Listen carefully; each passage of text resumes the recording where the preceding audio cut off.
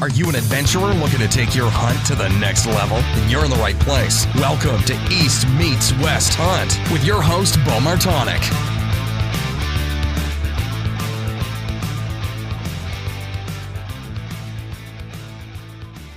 All right, welcome back to another episode of the East Meets West Hunt podcast. I'm sitting here in beautiful Warren County, Pennsylvania, with Jameson Curtis and Kelly McGraw. What's going on, guys? How you doing? Oh, not too bad, not too bad. Just had a great mule deer dinner. Yeah. And that was awesome. Again, Kelly, thank you for that. Turned out good. That dinner. It was awesome. It turned out real good. And kind of sitting here in daddy daycare, I guess. Yeah, little girl's sleeping. Yeah, so made the drive up here to hang out with you guys here this evening after a really wet day, I guess, in Pennsylvania here. Yeah, I took the day off of hunting. Yeah. Painted the living room instead. Yeah. Look good? Yeah, it does look good. I forgot you said you were doing that today. Yeah. Yeah, that's nice. You said you were hurrying up to get finished up. Yeah. The plan was originally that we were going to come up after we were done hunting, but it was raining so bad that decided to start a little bit early. So you were pushing it, right? Yep. But yeah, so I'm glad to be up here. It's like I said, your house is in a pretty awesome location back in the woods here. Yeah, pretty blessed here.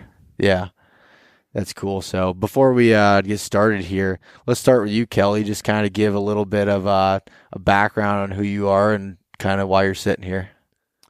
Other than it's your house. Yeah. Let's see. I grew up here in Warren County. Went to school in Warren. I'm a lineman now here for Penelec. We're here to talk about hunting, so I'll just say, my grandpa got me into hunting, I don't know, back when I was probably 9 maybe, I think is when he started taking me out with him. As soon as I was of age to hunt, he stopped hunting. And I'll be honest, since then, I've kind of it's been on my own. I remember before I was 16, when you're not allowed to hunt by yourself, he would be like, I'll watch you from the window, go out through his property. And so yeah, I've been definitely learning a lot in the last 17 years. Something like that. Getting old. Yeah, getting old.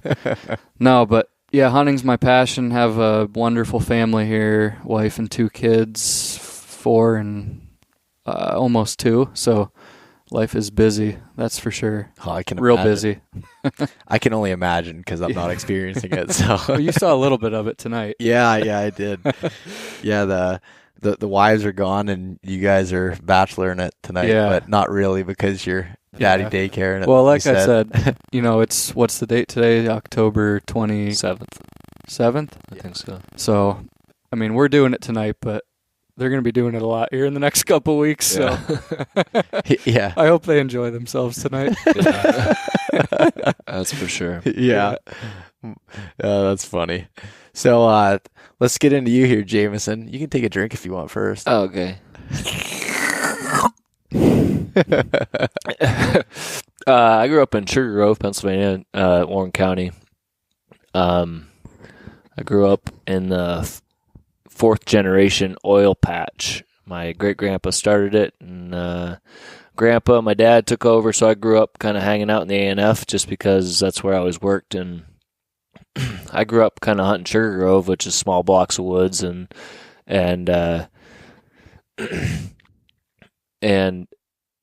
really small blocks of woods, a lot of hunters, a lot of Amish, and not a lot of mature deer. And I grew up kind of working in the oil patch, and every time we'd be out on the lease roads and stuff, you'd see a monster buck. And it wasn't until I was, what year was it, Kelly, when I first hunted up at the reservoir? It's probably 2013. Yeah, 2013.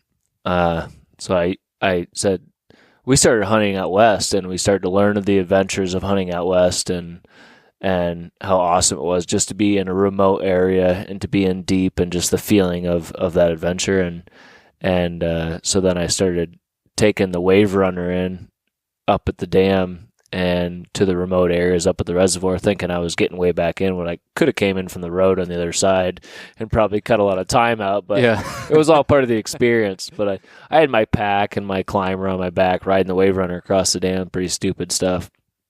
But the first time I went in there, I hit a big buck and never found him. But that was my hook on the A&F and hunting in this area. And ever since then, I've been kind of on the big woods kick, and kind of left my family and everyone back to hunt Sugar Grove and all the young bucks. And it's a tough situation there with the whole leaving your family behind to do, because there's so much family tradition in hunting that you kind of left that behind to go pursue the big woods and not hunting with my family.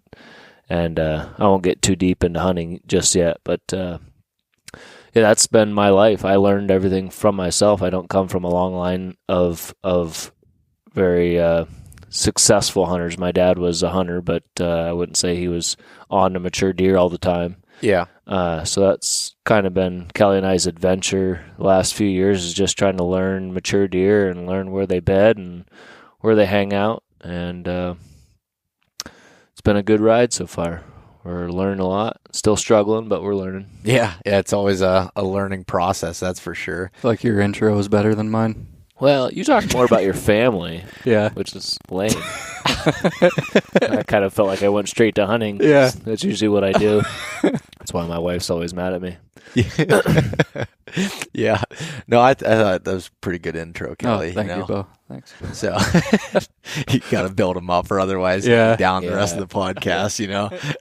He's got a comeback coming. Don't worry. Yeah. I'll be waiting for it.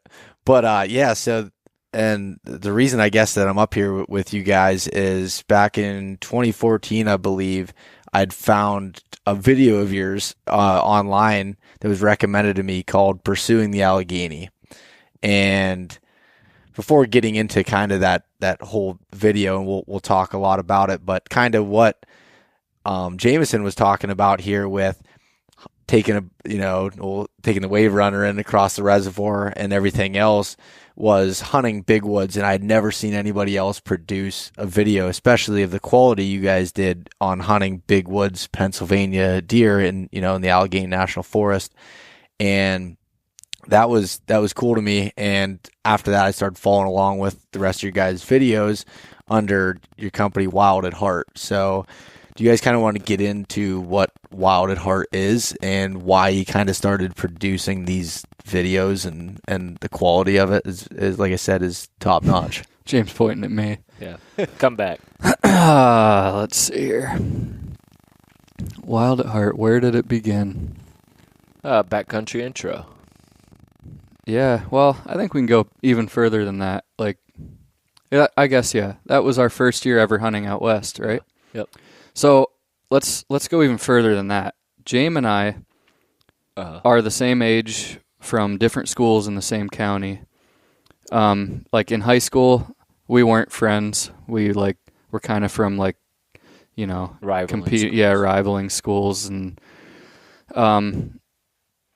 so we weren't friends. We probably looked at each other like point guard on the opposite basketball team, like, look at that guy, thinks he's cool, But I can remember one day being down playing softball, of all things, in college at that point, and James, for whatever reason, came up to me and asked me to go hunt Ohio with him. Yeah. I know where this is going. going. The pig farm. Yeah, the pig farm. The pig farm. We won't get into that story. We slept in tents next to a pig farm. They had fans blowing out. The fans sucked all the air out of the manure, like the manure pig farm, and blowing out of one end. You think we would have went to the other end? No, where it we wasn't slept blowing right there. Yeah, we went to the end where the fans blow the shit all over you. Yeah, and we just smelled it the whole time. So that was our first bonding experience, the pig farm hunt in Ohio. So if you make it through that, you can make it through anything. Yeah, I think so. We were bonded at that time.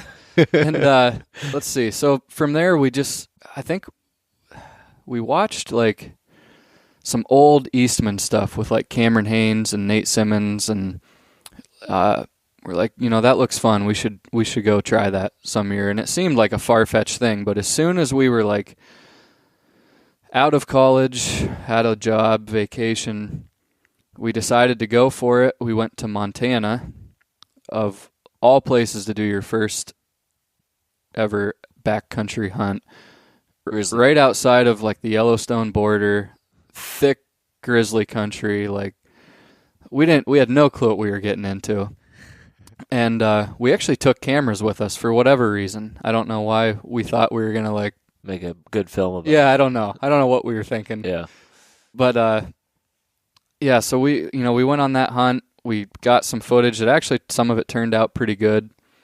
And James out of nowhere like kind of put this little like trailer thing together. So I think like from the filming standpoint, that's where that all started. Like he put that together. We put it online and some people were like, "Oh, that's pretty cool." Once you get that little bit of like people liked what you did, then maybe you want to like try and get better at it.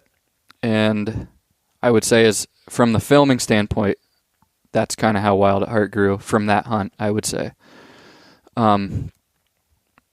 It also, Wild at Heart, we get our name from the book Wild at Heart, which like prior to these hunts, I think us reading that book, which I would recommend to like any man out there and woman. Who's the author of that book? John Eldridge. Okay. And it kind of like transformed both of us, as Christians and just the everyday guy that we are. And where was I going with that? Just with the name. As far as Yeah. So that's where we got our name, I guess. And that's just kind of, if you read that book, like maybe you might know what I'm talking about a little bit more. It's just like the adventurous side of a man and how a man's wired. And like wanting to take risks and just things of that nature. So after that first hunt, we were really hooked on that style of hunting, adventure hunting, and maybe not like doing things, however, like how everyone else is doing the mainstream says you should do things, or whatever. Yeah, and within that Pursuing the Allegheny film, Kelly had talked about we had overlooked the ANF, the Allegheny National Forest, which was right out our back door, literally, and we had traveled to Ohio to hunt this farmer, this pig farm, and we never really put much time in around home when we had this beautiful place right out our back door, and like we just overlooked we have these remote areas that we can get in and like take a shot at that adventurous side of us in our own backyard, like in these remote areas in the ANF. And that's what we started out doing is hunting these remote areas. Half the time we didn't even need to drive an hour or to take a boat trip across the reservoir or to hike 2 hours into a stand when we could have done it right at our back door and hunted a lot closer to home. But at that time, that's what we were looking for. Like we were looking for something different. Like everyone else is just parking by the road and walking in 100 yards and hunting right by the road. Like or hunting like food plots and food stuff plots. like it's that. all like mainstream hunting, like everything you see in the magazines, like the set your stand here, wind direction here. It's like it's if it was only that easy as they make it look in the whitetail magazines, but. So we just said, let's try something different. Let's go out and camp in the mountains of the ANF and try to hunt whitetail. And then we just started filming everything and throwing it all together and made a little Facebook page and post stuff on Vimeo and got some followers and some pat on the backs, and it kind of just grew from there. And it's been growing ever since until maybe last year. It's been a little stagnant, but family life and work, has kind of slowed it down a little bit. But we're still passionate about it. Yeah. Just trying to become a little bit better hunters, more successful hunters, efficient hunters, I guess, before we start strapping on the cameras again. Efficiency is a big thing when there's two of us. So for us to produce a film, one of us is sacrificing, like your personal hunt time, which we'll dive into tactics and stuff later, but before we were hunting like the way we are now, it was was a lot. You're giving up a lot because Yeah. you know what I'm trying to Well, say. Like, yeah, the year we killed bulls, you and I both killed elk. We didn't even have the cameras that year. yeah. So we filmed out west for like 2 years, didn't kill anything. We're like, forget the cameras. Let's just go hunting. And we came home with 2 bulls. So like, there is something to that. Oh, But- yeah, but, for like, sure. 'Cause, I mean, but we'll get into that kind of story. But you guys wouldn't have been able to. Oh, baby monitor's going on. No, that's my dog. Oh, that's a dog. Yeah, that's my dog. He's in the basement. You can tell you're not a dad. I know. The wolf's howling. Oh man, that's funny. Anyways, where I was going with that was you guys killed those 2 bulls, like you said, within like 8 seconds of each other or something crazy like that. I would say within 30 seconds. Yeah. Yeah, it was. So if someone was, lugging around a camera at that point, it probably wouldn't have happened Oh, no. that way. You No, know? it wouldn't happen. No. So- I would have chucked the camera to the ground and been shooting that bull. Yeah. And it wouldn't have been on film anyway. So, trust me, killing comes first before the camera. Yeah. Some people might say different, but for now, for us, it's all about being successful, and Yeah. we'll get there someday. But Yeah, but like I was saying though, with the films that you've done, like I've watched all of them, and like I said, Pursuing the Allegheny hit home with me first because at the time I hadn't been out west yet or anything when you were producing the other films, but it was cool. If anybody kind of wants to see big woods Pennsylvania whitetail hunting and taking it to another level, like I said, using boats and camping and everything else, that you can take that adventure side that you were experiencing out west and bring it back east, and that can be had in any of the states in the Appalachian region. Yeah, absolutely. And it doesn't have to be Pennsylvania. You don't have to go all the way across the U.S. to do that. In the western states, you can find time to do that. Even with you guys have busy lives right now. You have really young kids and wives and everything else. It's not as easy to pick up and do these, extreme adventure hunts. Yeah. But although you do that too, but We find time. yeah, that's cool. So, all right, then so I guess before we go a little bit further, where you said on Vimeo is where you guys have all your films at? YouTube and Vimeo. Okay. yeah, Vimeo. Yep. We've been trying to put more on YouTube just because That's where people are. Yeah. Yeah, is Vimeo better quality? Is that why, or what's? I think YouTube stepped it up. I think, they used to be better, but Yeah, I think it's pretty it much doesn't. all the same. I think anymore it's 1020 HD, Okay. yeah. 1080 HD. Yeah. I was saying because I've always watched your films on Vimeo, but I didn't know you guys have them on YouTube now as well. Yeah. Okay, cool. Well, yeah, like I said, definitely as far as from the whitetail standpoint, Pursuing the Allegheny, and then I can't remember the names of some of your other ones, but Consumed by Passion was a Western film that was Predestined was your black bear hunt. Yeah, we had a black bear film. Did you watch that? The yeah, black that bear? one's awesome. Yeah, it Yeah. turned out pretty good. You're in Pennsylvania. Yep. That was cool. Yeah. With the bow. And then Let's see. that was it, wasn't it? No, we have that Hunter's Credence. It's like a little short film we did last year. Yeah, and did you had a couple of them entered in the Kuyu Film Festival, didn't you? Yeah, that was Consumed by Passion and Predestined. Yeah. Okay. Yeah, I remember when those were in that festival there. That was cool. So all right, let's kind of dive into the whole Western hunting scene here. So how many years have you guys been kind of going out west? This was our 9th year. Oh, really? Yes. Wow. Yeah, we're getting old. Jeez. I don't feel like it though. No, You just not at feel all. younger every Yeah. day. Yeah. I did. Well, I try to avoid that. Wait till you get to my age. Yeah. I don't like that mentality. No. I want to hunt the mountains until I'm like 70. Yeah, I'm Yeah. gonna be packing out bulls for my grandkids. Yeah.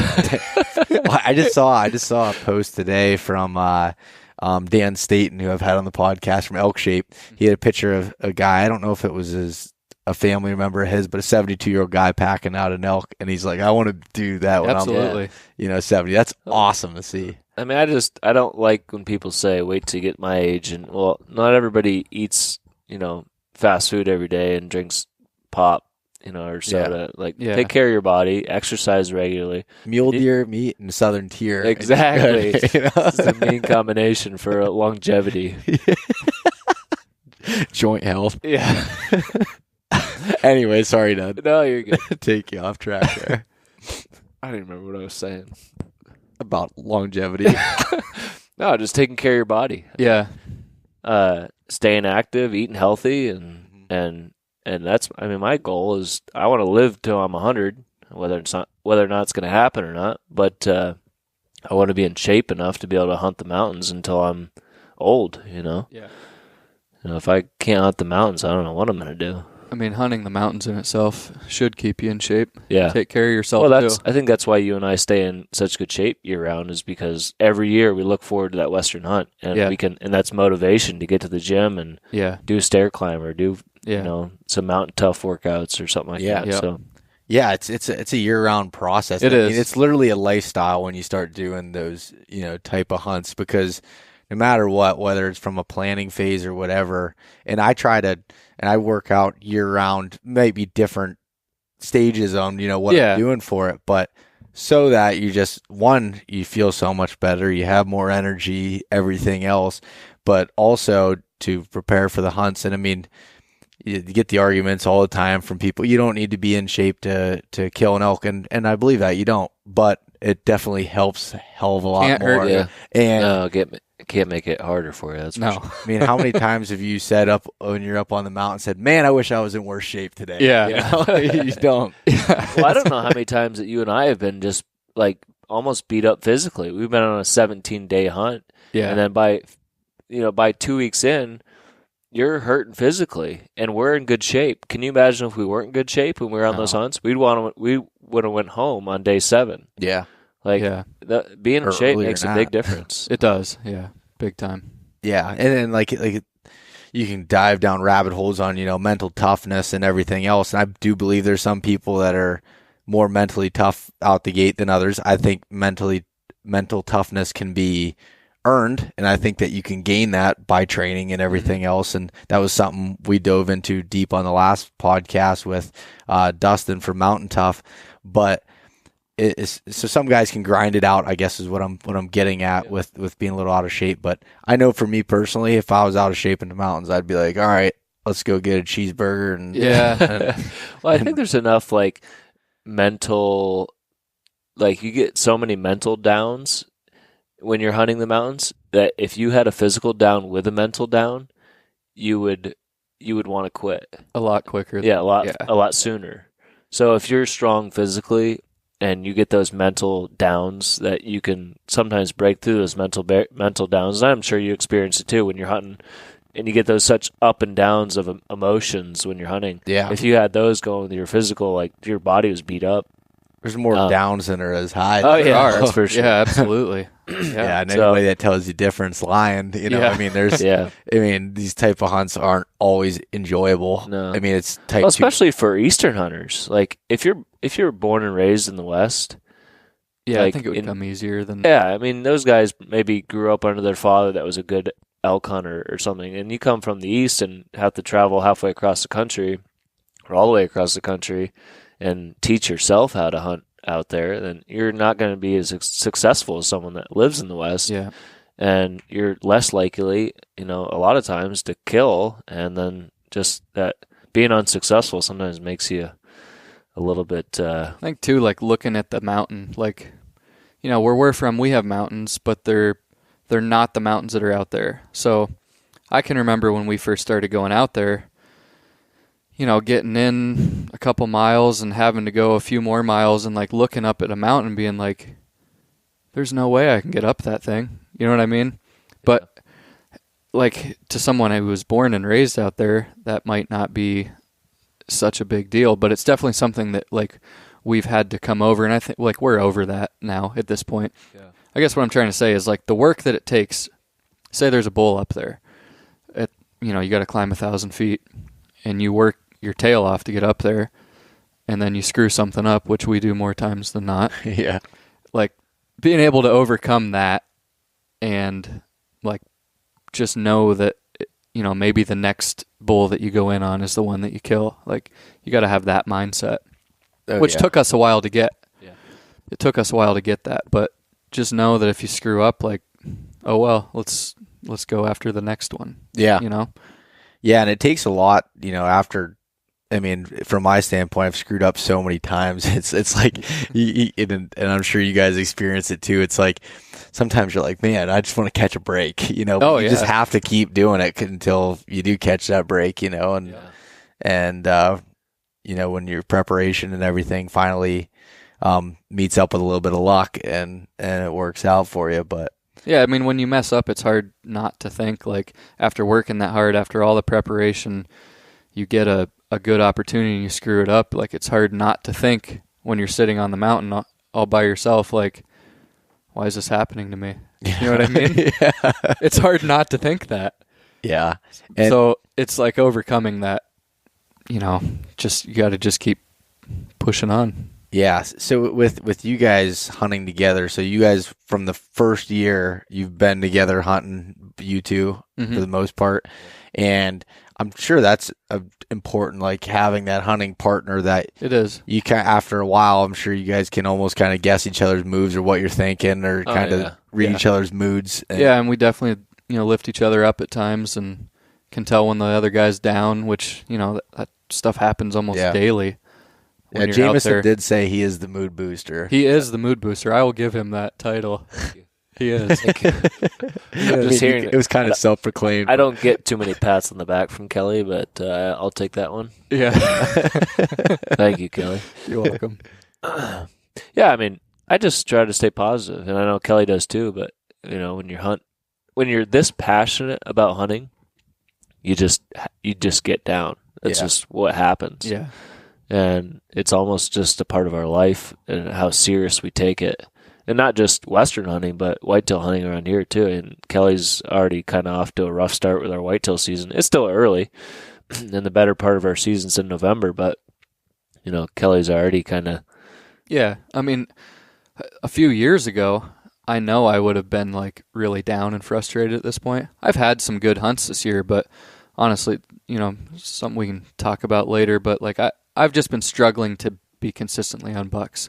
I know a few years ago I'd be down and frustrated and being like, what the hell, I'm not going to kill a deer. Where now I've like overcome that, and I'm seriously not worried about it. With 2 weeks left in our season, I'm still not worried. I know something's going to happen. I'm going to connect. And do you think, like, I mean, I know it's just like as you grow as a hunter, you get better with patience and keeping up that positive mindset, but do you think like hunting the West and putting yourself in extremely uncomfortable situations has helped you kind of overall bring that back? Yep. I mean, that was the biggest thing for me when I started going out there, and I've talked about it before, but just going through so many lows and all that, and you have to keep a positive mindset or you're going to have a miserable trip. Like, you have to tell yourself that you're going to, you know, keep pushing through it and do that. But it helps in all aspects of your life, from personal, from business, from, you know, work, family, hunting, whatever it is. I think that all, you know, kind of brings it back around from Western hunting and backcountry hunting. So when you guys were talking about a little bit earlier in Montana, that was the first time you went out there, heavy grizzly country and everything. Yeah.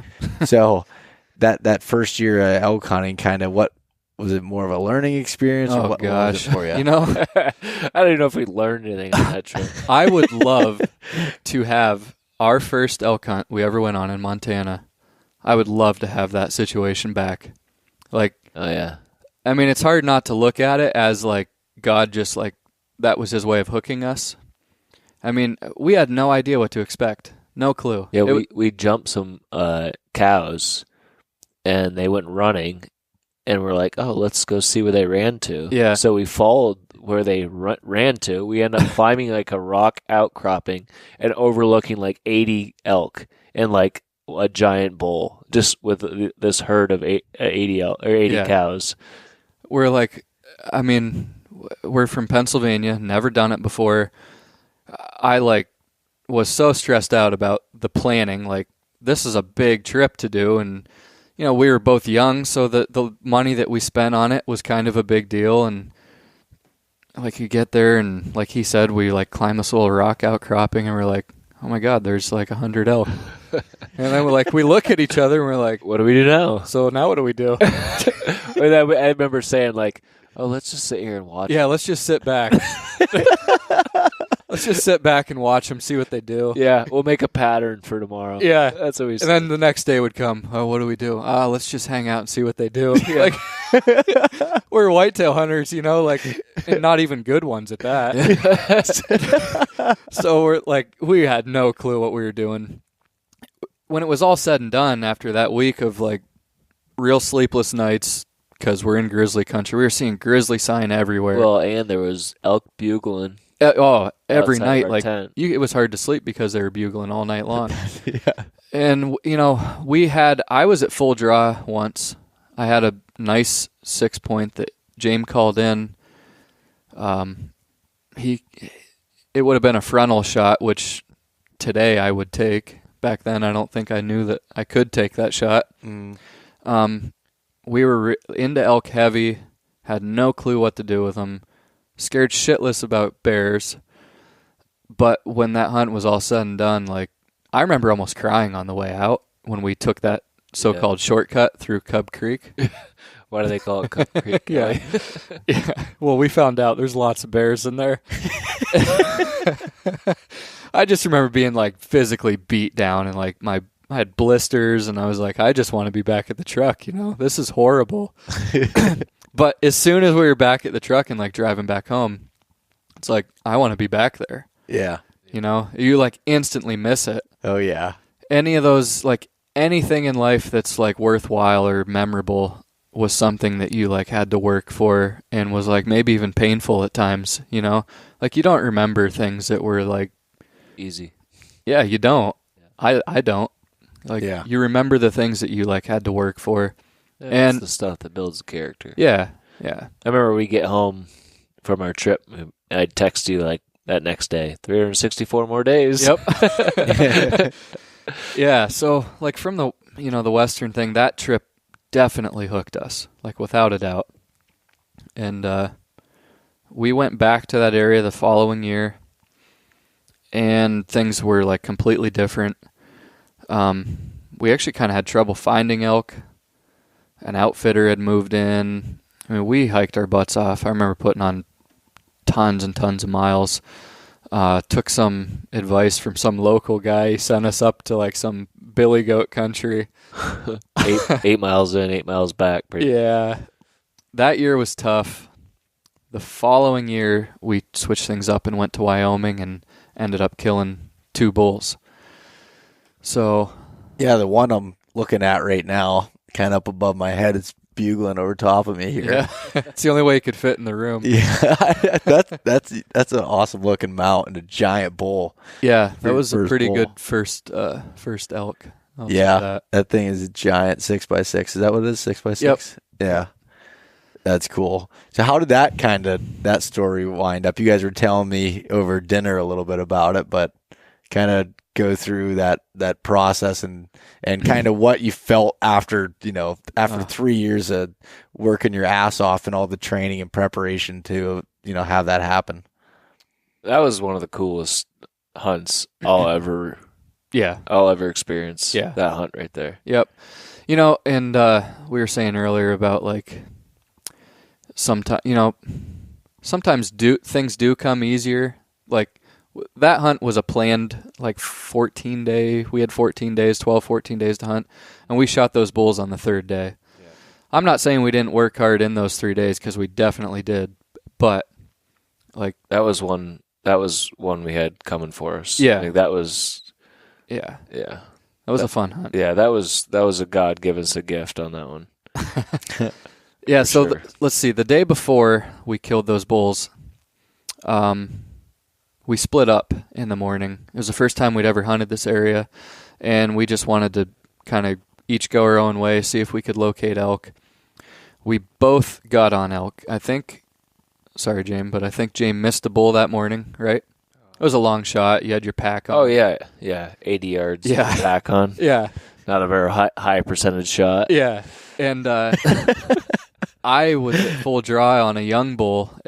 He was like about to run me over. So we met back up later that day and we're like, all right, we both found elk. We kind of knew where they went. We split up again that night, I believe. We slept in different spots on the mountain. Met up midday the next day. James was like, that herd's hanging out down in here.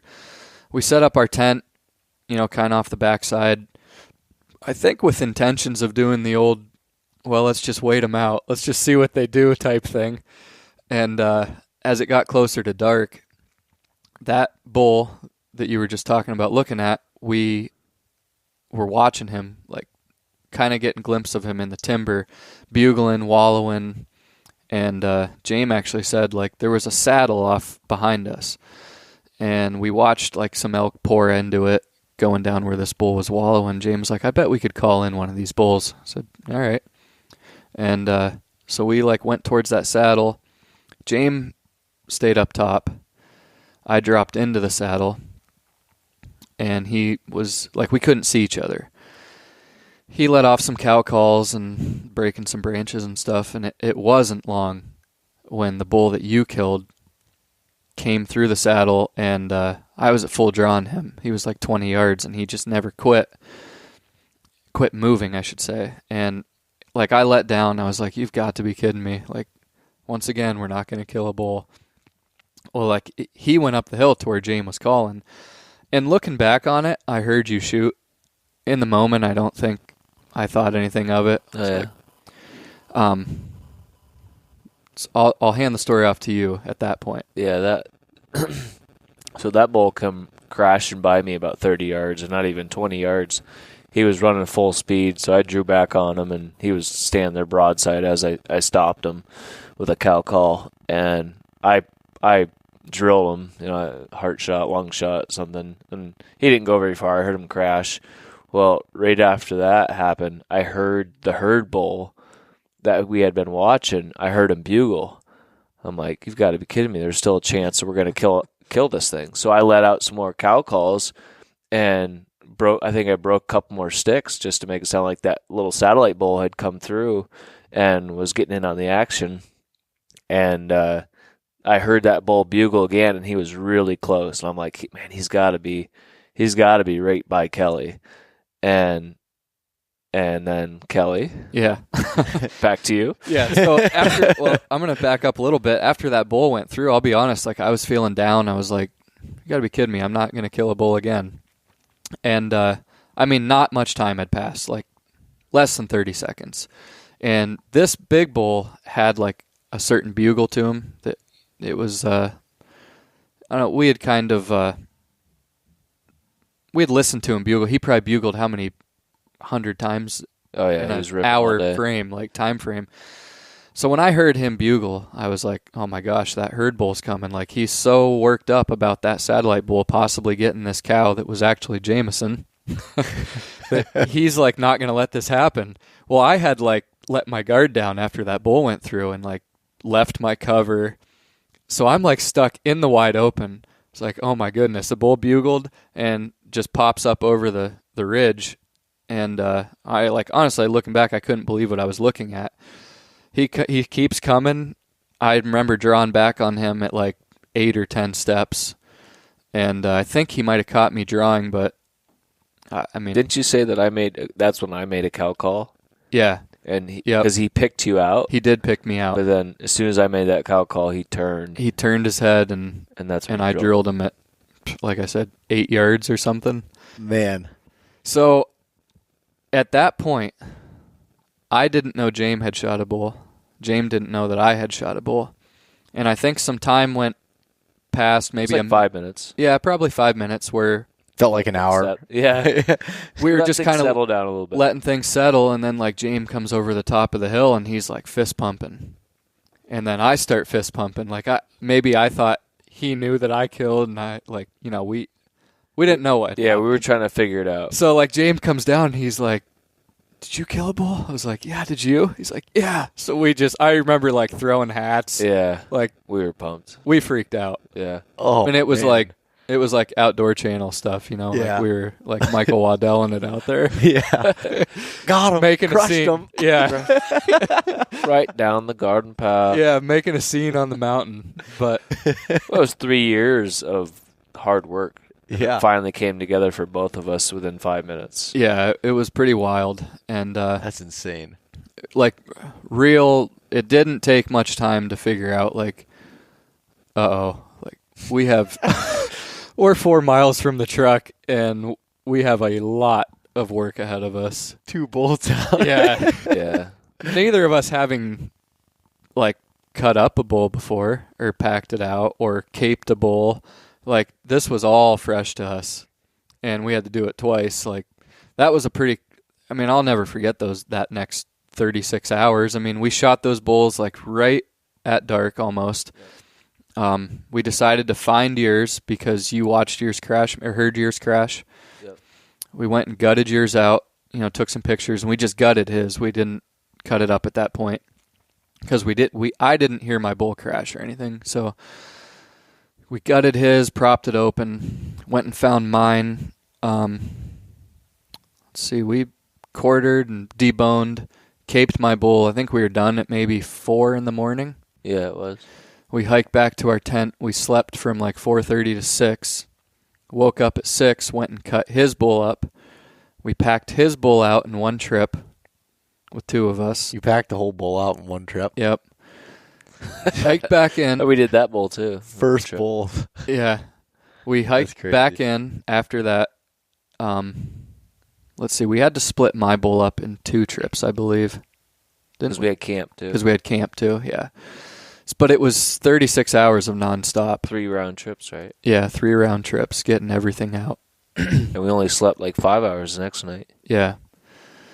Yeah, it was, like we were saying earlier, like those times of suffering and hard work, that's something you'll just never forget. And that's where all that physical work, time in the gym, that stuff pays off. It does. Yeah. You can actually crawl out of your truck and go get a burger rather than be so sore you couldn't move when you get back, you know what I mean, into town or whatnot. But Yep. Man, that's crazy. I didn't even think about when you guys were talking about earlier that, then you have to pack them both out. And it's your first time doing that. And I'm sure, was that kind of overwhelming as far as, all right, like I've watched videos on how to cut this up. Well, that's all we had done. Yeah. And, I mean, James had killed an elk prior to that in his family. He's been around elk, but I know for me. Well, we never cut them up or nothing. We'd pick them up with a hay baler truck and take them to the Mennonites, stab them, butcher them. You know what I mean? It was all, ranches and stuff like that. It was all private stuff. So. Okay. I just remember walking up on them and being like, I'm used to looking at deer, whitetails around here. Like, that is a huge animal. Like, where they lay is where you take pictures. You don't prop them up. Like, you don't move them. When we were cutting them up, you debone the one side, and then it takes both of us to roll them over, and that was overwhelming. Yeah, I bet. And 2, knowing, I know, like with my bull, I knew I wanted to mount it, and I had never caped anything out in my life, and at that point we were about out of knife blades. I was using a dull Leatherman blade. Yeah, there was like a 2-inch blade on your Leatherman. Yeah, that's what I finished caping him out with. Finished caping it with that. What other blades did you have that were wearing out? Like a Havalon? We had Havalons, but that was the first time, and I still use the same Havalon. That's what I use, but that's the first time I ever used those, and I didn't quite get that you couldn't put a lot of side pressure on them. So I was going through blades like crazy. Snapping them. Okay. Yeah. And then he kept slicing his fingers. Oh, yeah. I was getting pissed. I was like mad. I was like, Kelly, stop cutting yourself. Like, we're 4 miles from my truck, and then we're another like 100 miles from anybody. Yeah. Like, you cut yourself, you cut your wrists, and we're screwed. Yeah. Like, stop cutting. He had his fingers are like Swiss cheese. He had holes in his fingers. I had my middle finger, I think it was on this hand. Actually, there's a little scar right there. I was taking the back strap out, and I was holding, like you do, prying it, and I stuck my Havalon right through the tip of my middle finger. Like, I don't know, you can see did that. It's not a big scar, but you can see it was mark. it was bleeding bad. Yeah, but you stuck yourself a few times. I did. And I was getting mad. Yeah. I was seriously getting mad. I was like, you have to stop cutting yourself. Like, this is stupid. Like, this, we're just too far from anybody. But yeah, we wasted a lot of blades and a lot of. Yeah, I don't even think I packed a Havalon. I think you had the Havalon. I think I remember I had a couple not easy to buy off Amazon or something. They were just like cheapos. Yeah. We went through those pretty quick. Yeah. Oh, that's funny. That's funny. So did you have like cooler space and everything for two? We did. We planned on killing 2 bulls. Yeah, we planned on it. Don't ask me why. Were you was this in grizzly country also? No. Okay, No. so this was not. So It was our bit... first hunt outside of grizzly country, and I couldn't believe how much better hunters it made us. We actually hunted till dark. Yeah. So, Like, we would get out of our tents before the sun was up. I don't blame you. Yeah. That's funny. Because I was wondering, because you said Wyoming, I was like, a lot of, Wyoming is grizzly country. Yeah, no, we were outside of it. That's really funny. But so at least when you're cutting it up till 4 a.m, you weren't looking over your shoulder Yeah. and getting worried about it. I was still looking over my shoulder, but I don't know why.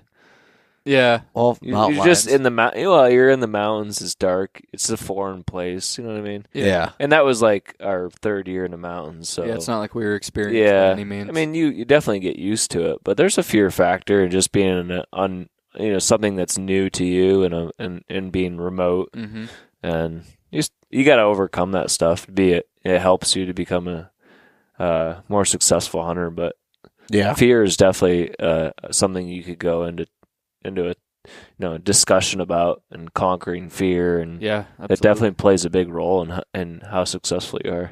Yeah, so Sure. that would be actually a good one to kind of dive into there, because Not for us though. Talk to like Nate Simmons or Jared Lyle or something like that. Dan Evans, guys that hunt elk in grizzly country all the time. Yeah. But I mean, as far as but with that fear, how did you kind of overcome it? Was it something that just took experience, or time? I think the more time or... you're there, I think like everyone has the ability to overcome it. I mean, is it something you just kind of got to say, like, I got to do this to get through it? You have to talk yourself out of it for sure, isn't it? And then it comes with just being comfortable with the more times you're in there. Yeah, I remember being in the ANF, going in the wave runner we were talking about, and hiking in a mile from there and being like so on edge, like first time, and there's nothing out there in the ANF that's going to hurt you in Pennsylvania. Yeah. Like there's black bear, but they run from you. They're scared. Coyotes run from you. Yeah. Like we're the dominant. Black Panthers, though. yeah. So, but the more time, Sasquatch. the old mountain There's lions, Sasquatch here. the Warren County famous mountain lions that are out there. Pennsylvania mountain lions that are crawling around everywhere. But the more times you're in there, like now, it's just like, I've been in so many times back in there, you don't even think about it. Oh, like bears, black bears around here, I have no fear of anymore. Yeah. And I'm not saying that's a good thing. Yeah. But actually today, I was just going to say, today you had a good right in my backyard, this is a pretty good story. I was checking a camera, and it's raining hard, and I had my face. You had no bucks on there, right? No, there wasn't. There's there's not a buck within, 30 miles of here probably. I had my face in the camera, it was raining hard, not paying attention to much. I hear a stick snap. I pick my head up, and there's a black bear within arm's reach of me. I could reach out and touch him, and I'm not exaggerating to make the story better. He was right there, and he noticed me the same time I noticed him. I saw his eyes get big, and I yelled out of it wasn't like a yell to scare him away. I yelled because I was scared. I was hey! And he turned around and took off running like they always do. Yeah. But I think the more time you spend in our mountains here, in the national forest or in our big woods, there are a lot of black bears. There's a lot of bears. Yeah. The more time you spend in there, a mile off the road, you're going to see bears almost every time you go out there, it seems. Opening week, I had one follow me to my tree, and I was kind of in a rush to get to my stand, and I was filming him, and I just kept turning my back on him. I was like, I don't have time for this bear. I just got to get to my tree. And I'd hear something, I'd look, and there he is, coming down. He eventually ran, but they're more curious than they are. People are a little bit more scared of our black bears than they should be. Yeah. I had one come in my tree stand set up just last Saturday, and 40 yards, which our season opens up on Monday now. Yeah. So hopefully he comes back in again. But but yeah, I don't know, just I remember when I was younger walking to my tree stand by myself in Pennsylvania. I was scared to death. I'd be walking in, headlamp full blast, right as you could get it. And I'm always looking around. I'm like looking, in the woods around me. Yeah. And now when I walk in, I just don't think anything of it. Half the time I don't have my headlamp on or just the red light or whatever it is, and you're just moving, and I don't think anything of it. And I know for myself in Colorado, the first time I was out there, no one likes to admit when they're afraid of something, but I would get to the point where I had to get out of that dark timber before it was dark, because I was like, how am I going to find my way out of here? There's all it is blowdowns. If I get lost, I get cliffed out, or, anything else, or the mountain lion is looking at me in the tree, those type of things. It's intimidating. And it is. But now, I'm not saying I'm still 100% comfortable with being in some of those blowdowns after dark, but you get through it and just take your time, figure it out, and you just can't panic. Keeping your head clear, and it's easy to get all messed up in your head and start panicking. But I know, what was that 2 years ago now in our Colorado deer hunt? Yeah. After that stalk kind of went awry and we had to hike back a couple miles in the dark, like through some cliffs, and like it's not always like safe, like that was kind of dangerous. Oh, that was extremely dangerous. And for one, we had one of the worst lightning storms I've ever experienced. The whole basin was lighting up like crazy. I mean, it was like lightning was striking in our basin. It was a crazy storm. And we were trying to get back to camp. We thought we were kind of in grizzly country. No. What are you? Oh, you're talking Wyoming. Oh, yeah. I thought you misspoke the state. Yeah, I'm talking about the lightning storm. Yeah. Okay. Yeah, that's a good one. Yeah. So we were trying to make our way back to camp. It was after dark, and we had went on a stalk on a buck, and the lightning storm was crazy, and we never marked in our GPS where we came across the drainage. So on our way back, we had camp marked, but we didn't have marked where we went through the drainage, and we knew there were some cliffs in there. Well, it was like an absolute downpour, lightning and thunder, and we're like busting through brush, like trying to find our way back through camp. Well, some of that brush ended in a cliff. Yeah. So like I remember thinking like, all right, we just need to calm down. Like let's just go tuck under a pine tree, wait the storm out, and then take our time. And I remember like still I slid down that. Yeah, you kind of fell off. Like 20 foot. Yeah, it was like 15, 20 feet. Slid down into a creek bottom. Yeah. Like that was. And we finally eventually made our way back to camp, and I remember the next day we were like, that was pretty stupid. Yeah, and here's where I think we're different now. We called it quits that next morning. We hiked out of there. We're like, all right, we're going elk hunting Montana. Screw this deer hunting. Where I think, as we talk about overcoming fear and stuff, like that ended our hunt. That experience. Yeah, and it wasn't the best. It wasn't the best mule deer hunt we had. I mean, no. So if we were like on top of bucks and we thought we were going to kill something, we might have stayed. But being that we were having a tough hunt and then we had a pretty, rough night, we just kind of said, "Oh, yeah, that was enough. Let's go hunt some elk." Yep. Yeah. So that's like you said, fear is just a topic that everyone has and gets into it, but not a lot of people like to talk about it. But I mean, it's realistic. I mean, that's all there is to it. No matter, how manly you think you are or anything, there's always something might be different for everybody what that thing is, but they all have that sort of fear. Mm-hmm. Yeah. And you guys kind of alluded to a little bit there, mule deer hunting, and without, I guess I'll just do spoiler alert. This year, you guys killed a mule deer after a few years of hunting them there.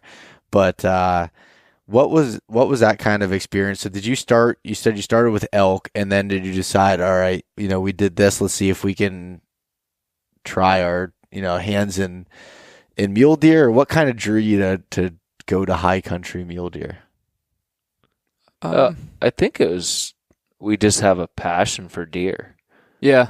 I mean, whether it be whitetail or mule deer, we love deer hunting. Yeah. And I think it was a little bit more along the lines of, because we're so passionate about whitetail, it almost is closer to whitetail hunting than elk hunting. Yeah, no, for me, like I can look at a 350 bull and a 300 bull, and I know there's a lot of difference. Like someone like Dan Evans is going to be like, you're crazy saying this, but I don't see a big difference in them. But if I look at, talking like say a mule deer, if you look at something that's 150 or 200, like that 200-inch deer is like, there's something special to me about just a big deer. Yeah. I don't know. And I, like James just said, I think that's just, we just like deer, and we really came to love where those deer live, like the high country. It's so quiet. It's like still. I think we like the spot and stalk approach. Yeah, it's fun. Where you kind of got to be a ninja, where elk hunting you just kind of bust through timber and you make calls, and I mean there's different approaches to it. Sometimes people do spot and stalk on elk too, but there's just a different approach to it. Like we were born and raised to be stealthy. Like to in whitetail hunting was don't make noise, be quiet, and that's why we were bad at elk hunting the first few years, because we were just so timid and just like playing like too far in the back seat, like just don't press too hard, don't put too much pressure on them. But that's just what you do when you whitetail hunt. Or elk hunting, that made us pretty bad elk hunters because we were doing that. Yeah, but for mule deer, it just we just love that you just got to play it slow, spot and stalk, and get in quiet and try to shoot them where they're laying, sort of thing. So yeah, I think that the high country is like you either love it or you hate it. It's like one of them things. Like for me, when I first saw it, like that's all I wanted to do is get up there for elk. I mean, you can find elk in the high country, but it's not as prevalent as mule deer is. And actually, where I've hunted elk the last few years has been at 11,000 feet up to 12,000 feet, and it's not typical elk country, even though there was elk there. But I probably could have had better experiences going lower, which I did this year, and got in your typical aspen country. But something about being up there in that high country with the cliffs and and for me, I'm actually afraid of heights. So like that's been like a huge overcoming for me to go through that. But just it's just so beautiful up there, and where the deer live and bed is just crazy. It is. And again, I have never physically put stock on mule deer because I haven't had a tag, but I was hunting with my brother who did have a tag and watched him do stalks and helped do that. And it was so cool. And I just haven't got a tag myself just because I wanted to do one thing at a time and kill an elk, which is becoming a longer process than I, anticipated. But, so I get what you're saying there about the high country. Where did you start in Wyoming for mule deer? Yep. Yeah, our first deer hunt was in Wyoming. I hate to even call it a hunt, really. Like, kind of like with the elk hunt, we had no clue what we were doing, and we kind of ran into pressure issues. We hiked in early, like 2 or 3 days early before the season opened. We found a lot of bucks, like right in the drainage that we wanted to go, like our plan A. I think that morning before opening day, we glassed up like 24 bucks, and we were like, there's no way we're not going to kill a deer. We were pretty excited. And then we had other hunters move in, like a few different groups. They blew the basin up. We tried relocating to find some deer. We did find deer, but just in a pretty like unhuntable basin. It was pretty tough. It was almost impossible to come in from above like you want to. So I mean, we didn't do much stalking on that trip. No, I don't know if we did any. I wouldn't say that we did. Oh, the one in the storm, that was the only one potential stalk that we did. And it was kind of, we waited way too long. Like we tried going in on a stalk when he was already back up on his feet at night. So so we started in Wyoming. That sounded bad. Like that hunt did kind of like want us to come back to mule deer. Let's see, I drew a tag in Colorado, so that was 2 years ago. We hunted like 9 days there, and the last 2 days, it took us till like, 8th and 9th day to get close to killing anything. And I think I was at 90 yards 2 nights in a row. One was a giant. One was a huge buck that we were watching all week. So after that, brought us to this year, because that Colorado was 2 years ago. Then this fall, we have a good friend, Jared Lyle. He's with Huntin' Fool. He helped us out to get some Nevada tags. He thought he had hunted elk in Nevada, central Nevada, and killed a big bull the year before, and he was like, hey, you guys should go here. I saw a lot of deer. We ended up drawing a tag that wasn't exactly in the area that he hunted, but we were excited nonetheless. So, so this year was Nevada, and Nevada was cool. Did you both draw tags? In Nevada, we did. You did? Okay. Yep. We saw a lot of deer. Not too many big bucks, actually. And I'm not saying they're probably there. We covered a lot of ground, did a lot of glassing. Yeah. And we saw a lot of deer, but we just felt like there should have been more mature buck than there was, and we just didn't see it. Which ultimately led to, which I'm happy that it happened. Like, I'm not saying we're trophy hunters. Like, we're not good enough to be trophy hunters, but everyone wants to kill the big buck. Yeah.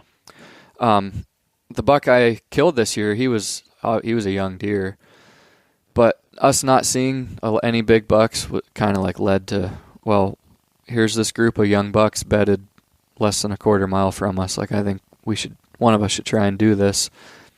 And that whole story was pretty awesome, though. Like, me, you, and Travis Birch were up on the cliff, and we were watching some more mature bucks on the other side, all the way across the drainage by 2 miles away. Yeah. And these younger buck were kind of working below us, and we said, we started reminiscing about when we were younger and we shot bucks with our rifles or our first bucks with a bow, and they were all little 6 points, little 4 points or whatnot. And we were just kind of going back to the first bucks we ever killed and how cool that was to experience that drawing first blood when you're, and we had never killed a mule deer before. And then Kelly, I think that was when you said that you kind of got a little fire under you, and you said, I'm going to go kill one of these bucks. Yeah. It was just like, we got to start somewhere. I mean, we've never shot a buck. You can't let these young buck walk by you and go expect to kill a mature buck. You know what I mean? You got to start somewhere. And so then Kelly dropped in on him and ended up putting a good shot on one, and that was pretty cool. We watched the arrow fly through the air from up on the cliff. And yeah, it was. So the plan was I dropped around to there was a little knoll that they were bedded on the backside. I dropped down this creek drainage to get up above them. James and Travis were up top, and once I got above them, I was going to glass up. They were going to give me hand signals whether the deer had moved or not. Well, I get to the top and I'm glassing. I see them, and I'm standing there. I'm kind of doing this, waving my hand, and they're not looking at me. I'm like, I don't know what they're doing, but I see they're still looking where the deer are. So I'm just going to keep moving. And I was just kind of shadow hopping, little juniper trees, and ended up seeing tines, antler tips, just above some brush. And I took one more step, and they fed out to 50 yards, and I put a good shot on them at 50. And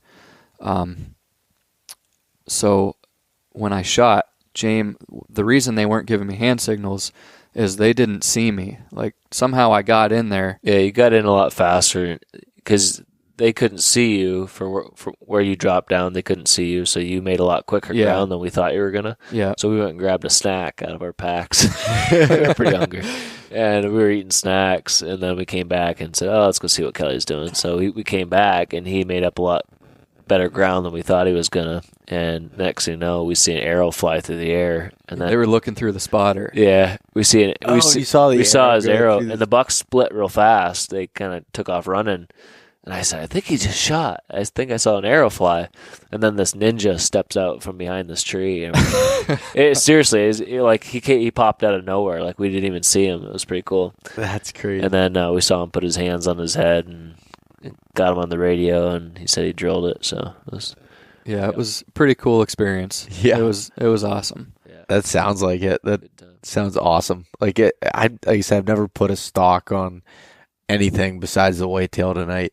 But like just I mean, as far as like in the high country, that whole experience and trying to figure out how to get in on them when they're bedded in a location for a reason. Yeah. To escape danger. Their whole life, 24/7, they're trying to get away from danger and predators. To be able to get in that close and make it happen, that's pretty sweet. You know what I've noticed about spot and stock, one thing I like is I don't get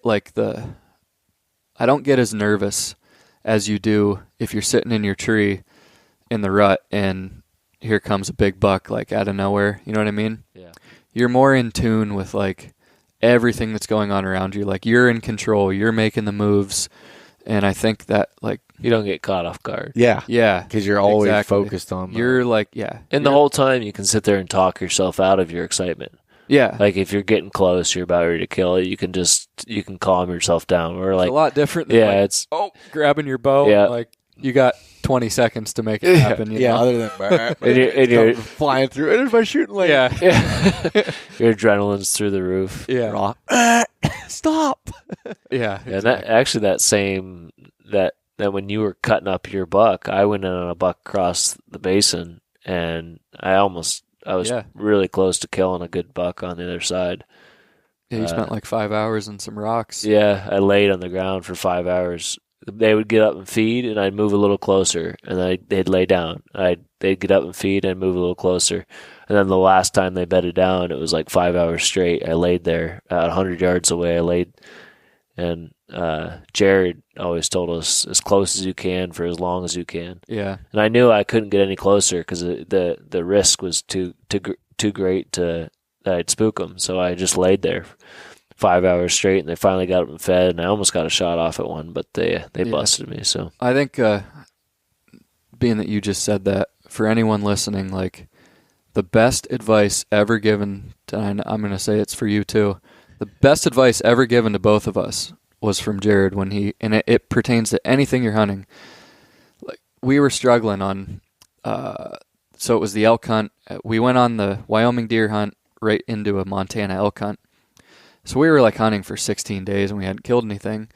And we finally got Jared on the phone, and he was like, guys, I know, I mean, it sounds a little stupid, but it's simple. You just have to get as close as you can for as long as you can. That's it. And it clicked. Like, we're like, oh yeah, that makes perfect sense. If you look back to everything that you do when you mess up, it's usually because you like try to do one more thing that you shouldn't have. You got a little impatient in some way or another. You pressed in 10 yards too much. That very next morning, after he gave us that advice, we shot a bull. Yeah. I mean, and I think it did play into that. But ever since then, I've noticed that advice, it doesn't matter what you're hunting. You could be hunting turkeys in May. Like, that it's the best advice I was ever given. Yep. If you can get close enough where your risk isn't that great, and then sometimes you let them make the mistakes. Yeah. You know what I mean? Where you're the one making the mistakes all the time. Which, not to like get into the whitetail thing quite yet, but that's kind of what we're doing now with like hunting the bedding areas. You know, like, we're sneaking in as close as we can, keeping our wind and everything right, keeping us out of sight, and then staying there for as long as we can, and hoping that, you know, they pop up, let them make the mistake, which, you know, I want to say we're not experts at it. We just kind of started doing it, but that's your theory behind it's made whitetail hunting so much more fun. Oh yeah. Yeah. You feel like you're spot and stock hunting. Yeah, that's cool. Yeah, I can't wait to dive into that whole aspect, because that's a whole nother world for a whole nother world for it. Yeah. To kind of bring everything back around with the whole Western thing, and maybe this is something we should have covered earlier, but you guys have went on a bunch of different hunts. 9 years now of planning hunts out west. What is it like I know from me personally and from feedback I got from listeners, it's an overwhelming process to plan something of that. It definitely can be. Can you kind of go through a little bit like what your process is and how to kind of keep it from being extremely overwhelming at the same same point? Can I cut in here? Kelly, before you rant, Kelly gave me the pat on the back earlier about the motivational man. This is what Kelly was born for. I mean, this kid knows units, he knows statistics, he knows states, he knows drainages. The kid's like a dictionary when it comes to maps and numbers when it comes to elk. He spends more time researching and going over that kind of stuff than anyone. I mean, he could be hunting fool number 2. Are you for hire?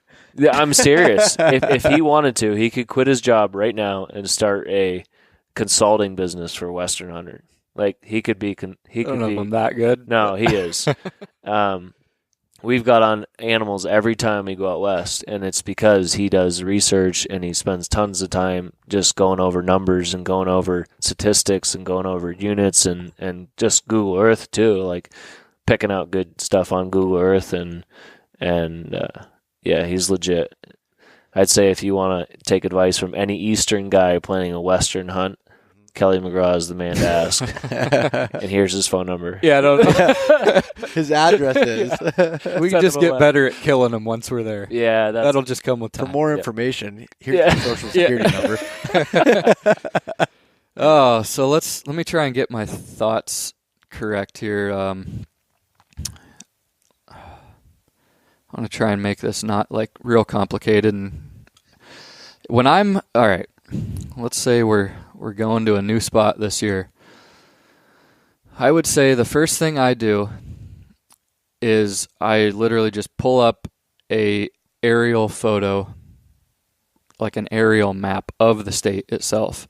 And I look at things like, I'll look at like the wilderness areas that are there, which aren't always a good thing. Like wilderness can give you seclusion or it can give you a whole lot of hunters. Yeah.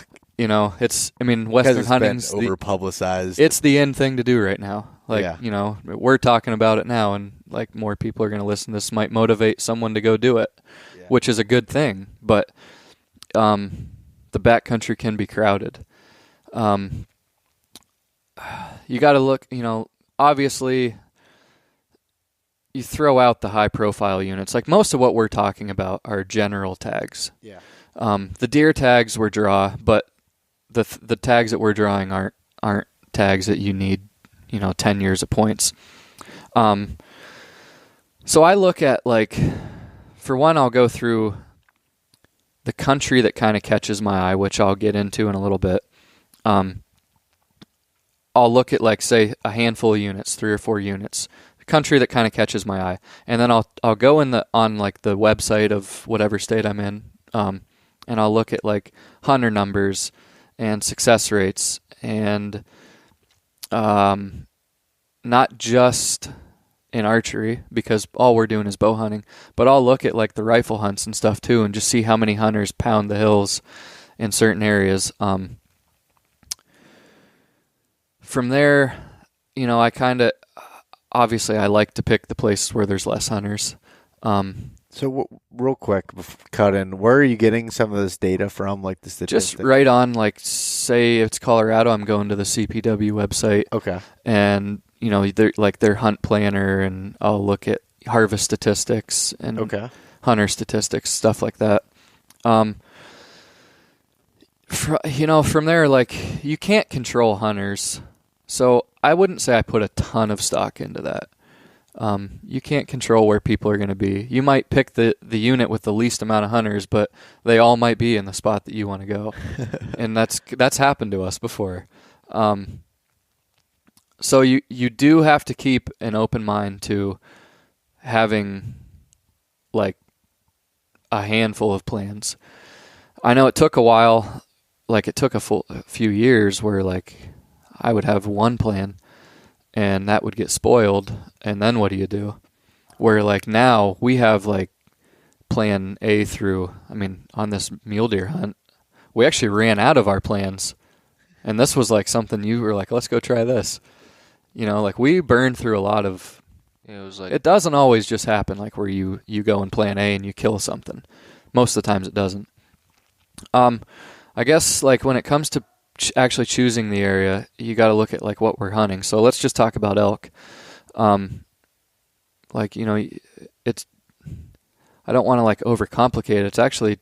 It's kind of simple, really. Like elk need food, water, and cover. Elk do like benches towards the top of the mountains. You know, like we've kind of learned that. I like things that are broken up. I don't like a bunch of timber. Like I don't like huge chunks of timber. I like things that are broken up. Like my favorite thing to look for is like meadow timber, like finger ridges, where you're gonna have timber on one side, meadow on the back. Yeah. And like big sections of that, I guess, where like if you burn up one drainage, you can pop over to the next one and find more elk. I think you just have to find what you like to hunt, things that you like to hunt, things where animals are going to be, and just not be like afraid to. It really comes down to just saying, all right, well, that's where I'm going to go. Like, you're not going to, unless you know like a really good friend that's hunted the spot exactly and can tell you like, hey, there's bulls here every year. Like, it comes down to you taking a risk and going there and making the most of it. I think one thing it's led us to always finding game. I can honestly say in the past 9 years, maybe the second year of our Montana hunt was a tough one, the bust year. But other than that, the eight other years, every time we went in for something, we found it. Yeah. Like we went in for elk, we got surrounded by elk. We went in for bucks, for mule deer, we've got surrounded by mule deer. And yeah, Kelly does a good job of getting us in the right areas. We work our butts off when we get in there to find elk or to find deer. Like if we don't find any exactly where we're looking, we'll spend the next 5 days splitting up and glassing or listening or I mean we don't stop until we find something. Yeah, exactly. If we don't hear anything, we don't sit around for 3 days trying to hear something. We move to the next basin. Like we're covering miles and miles just trying to. They're there somewhere. And I think one thing that'll help too, like once you choose an area, like there is the adventurous part of always trying new stuff, which, you know, I think sometimes I'm starting to realize as you hunt more, maybe you get a little bit wiser. Like there is something to hunting the same places year after year when it comes to killing things, you know? Yeah. You just know how animals react to pressure, you know where they're going to be, where like when you're always looking at something new, you're always trying to figure that stuff out. Yeah. Yeah, by day 7 or 8, you're just starting to figure it out right before you're ready to go home. Exactly. Yep. So, let's see. Where was I going with this? I don't know. I mean, what, like, any questions you might? Yeah. So, like, all right. So you kind of told us how you're finding a spot. You're picking the location. From a, I guess, logistics standpoint, at what point is it time to move on or go through to a different spot? I know you said, okay, say with elk, you're not hearing any bugles, or you're not seeing them, and mule deer. Do you give it a few days, or are you just like, all right, this isn't happening, let's just move? I think with elk, we're pretty quick to move. Yeah. Well, I remember Montana, and we were hunting, and we actually had a bull bugling, and it was like 10 or 12 cows, and we just packed up and left.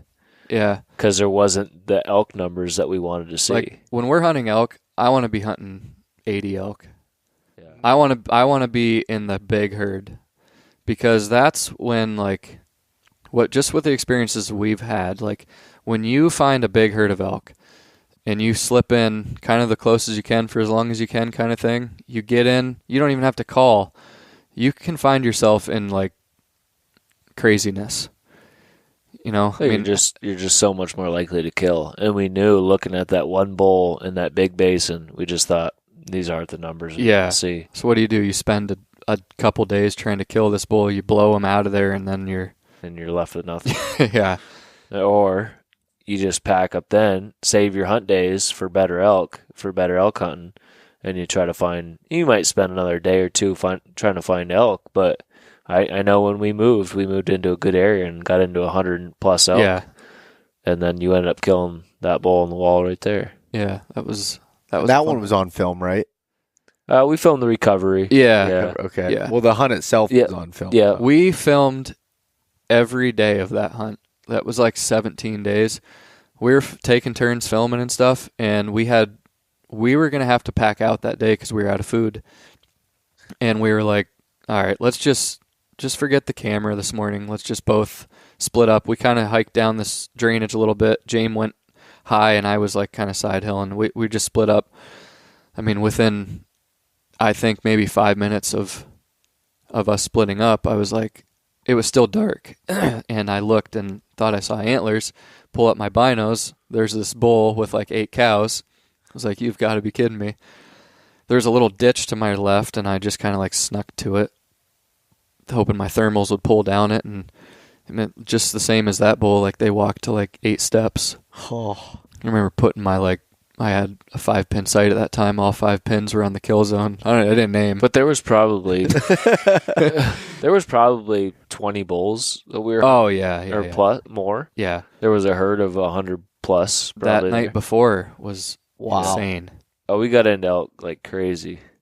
But if we wouldn't have made the decision to leave that one bull all by himself, I don't think we would have ever been in that situation. No. That was pretty cool. We ended up packing out and running into a guy who let us use his wall tent. And that was much needed. Opened up his food pantry to us and let us use his hot showers and stuff. We thought we were in heaven. Yeah. After just packing out a whole bowl in one trip. And that was like, 4 miles too. Yeah. Yeah, I think back to the planning thing, like, people want it to be perfect when you leave, like, because it's a big endeavor. Yeah. Especially if you're coming from Pennsylvania. But you just have to know that it's not going to be. Like, it's not going to be perfect. You have to get that out of your head. You got to, you just have to go there knowing, it's not going to be as you planned. And if you want it to be a good hunt, you just have to keep working until you just have to keep pushing. Yeah. Until you find what you're after. Until your hunt's over. Exactly. And I think, while, I've been lucky to pick good places for us to hunt, more so that is what has led us to getting into good animals. Just hunting as hard on the last day as you do on the first day. Exactly. There's no give up. It's keep pushing. Yeah, and cover ground. Yeah. Don't be afraid to cover ground. Don't be afraid to get 8 miles from the truck. If that's what it takes to find animals, that's what you got to do. Yep. Yeah, that's perfect. That's exactly kind of what I wanted to cover there. Is there anything else from the western side of things before we take a little break and, maybe empty the tanks here and into the whitetails, dive into whitetails, because I'm sure that's going to be a good one to do. Anything I else? don't know. Yeah, actually, I just want to say, I hear people all the time tell me, oh, I want to, one of these days I'm going to go out west. One of these days I'm going to go out and on my dream hunt or whatever. I think sometimes I make people mad, but I'm always like, well, do it then. Yeah. Stop talking to me about it. Go do it. I don't know, you're only here once. You're only here for so long. And it's such a, I want to say it's a life-changing experience. It might sound a little cliche, but it is. When you get out there and you're remote in the mountains and you experience some of that western hunting, it's just it'll make a man out of you. It's in your blood now. Oh, yeah. Yeah. Once we did it that first couple of years, I remember thinking we're doing this every year. Yeah. If we don't do this, I don't know yeah. I don't know if I'd be living. If I know, come out here. Sarah, my wife, has told me before. She because I think sometimes people are like, "Are you okay with him leaving for a couple weeks every fall?" And she's like, Well, I know that he needs it. Like, Yeah. it's got to that point. Like, he needs to, it's just part of who he is now. Like, so I guess all I wanted to say is, like, if you're dreaming of going out west or you're dreaming of going, I don't care where you're thinking of going, like, just go do it. Quit talking about it. Yeah, that's great advice. And again, I'm not going to go down a rabbit hole here, but if anyone wants to like listen to like a budgeting standpoint, I did a podcast, excuse me, with Matt Comment. He's from Pennsylvania region originally, and he lives in Virginia now. But he's done some like dream hunts, even sheep hunts and things like that, and talks about how to budget and put priorities. Go back, listen to that, plan for it, figure it out, and do it. Yeah. Put it on the calendar, whether it's this year or it's next year if you need a couple of years to save, but put it on a calendar, set goals, go ahead and roll with it. So I think that was a great way to kind of end that there. Jameson, do you have anything else to add, or you want to just dive into whitetails here in a couple minutes? Yeah, let's do the whitetail thing. Whitetails. Awesome. All right, we'll be back, and we'll split this up into 2 parts, I think, and because I think we're rolling it an hour and a half already on the Western standpoint. So we'll have a part 2 for the whitetail. So, all right. Thanks, guys. Thanks so much for listening to this episode of East Meets West Hunt with your host, Bo Martonic. For more great content and to stay up to date, visit eastmeetswesthunt.com, Facebook at East Meets West Outdoors, and Instagram at East Meets West Hunt. If you enjoyed today's episode, please review and subscribe, and we'll catch you next time.